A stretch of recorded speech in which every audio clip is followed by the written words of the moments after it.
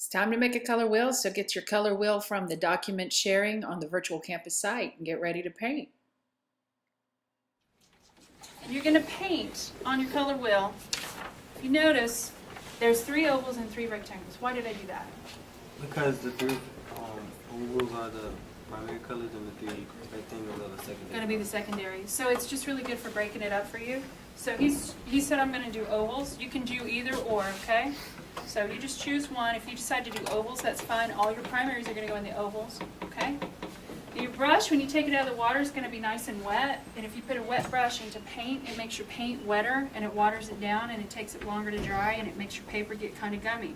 So if you'll take a paper towel and just sort of dry it on here. And what you don't want to do is take it like this and pull it like that because you're pulling the hairs out of the paintbrush. You'll paint your primaries first. You'll want to go with, you can start with yellow, red, blue, it doesn't matter, but just make sure that you skip over the shape between. So if you do ovals, make sure you don't paint the primaries in the rectangle. Doesn't matter the order, as long as you're painting every other one. Oval, skip a rectangle, oval, paint an oval, skip a rectangle. Down in here, you're going to paint the primaries in the smaller squares. Doesn't matter the order. When you're ready to begin mixing for a secondary, you're going to pull off and make a wale of color. Start with your lightest color first and gradually add the color into the lighter primary. So here I'm using a little bit of red to make orange. If you mix the yellow into the red, it'll take forever and you'll waste all of your paint. Always start light colors, mix the dark into it to get the color you want. It's all about control. You're going to place the secondary between the 2 primaries, in a rectangle in my case, in between the yellow and the red, because those are the colors that made it. Remember, the color wheel guides you to make the colors. Now you're going to take your primary on the lower square. If blue is my primary, the other 2 primaries missing is yellow and red. Together they make orange. So I'm going to paint around the outside of the blue the 2 primaries that are not there. That makes the complement. So the complement of blue is red and yellow together making orange. So I'm going to keep going, making my secondaries. Yellow and blue make green. Then I'll come down here, and since yellow and blue are the 2 primaries not there for red, green is going to be the complement of red. Purple is the last color that you're going to make between red and blue. You just kind of want to make a grapey purple, kind of like a Barney purple. Purple is the hardest color to make with our tempera paints. Do your best. This color wheel tells you how things are mixed together to get certain colors. So what is the center telling you? Everything's coming together.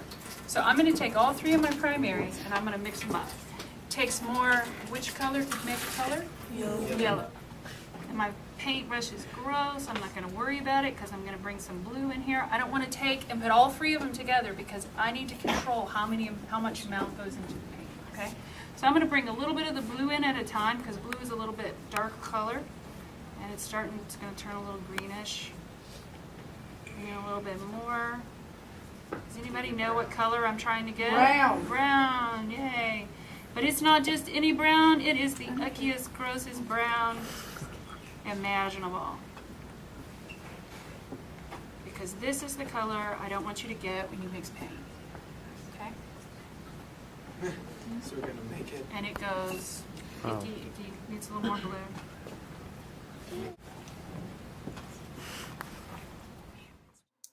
For the last thing you're going to make is the spaces between the secondaries and the primaries. This is called a tertiary color or an intermediate. Tertiary means third, so it's easy to remember. So here I'm making yellow-orange. So I'm putting just a little bit of red into the yellow. And then finally I'm going to add tint or make it white towards the top, so a lighter version towards the top of the tertiary piece. And then I'll gradually add black at the bottom to make it darker at the bottom.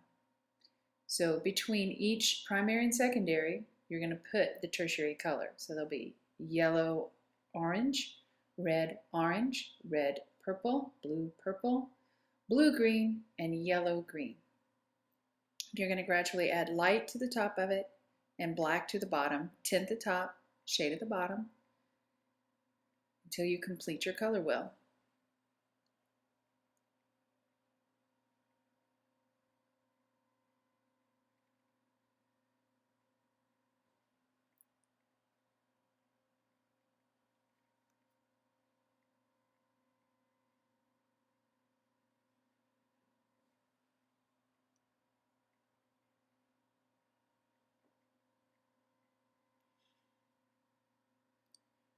And here is a completed color wheel done by a ninth grade student. Yours should look similar to this. And when you're done, upload it to the Dropbox and you're ready to move on to color schemes.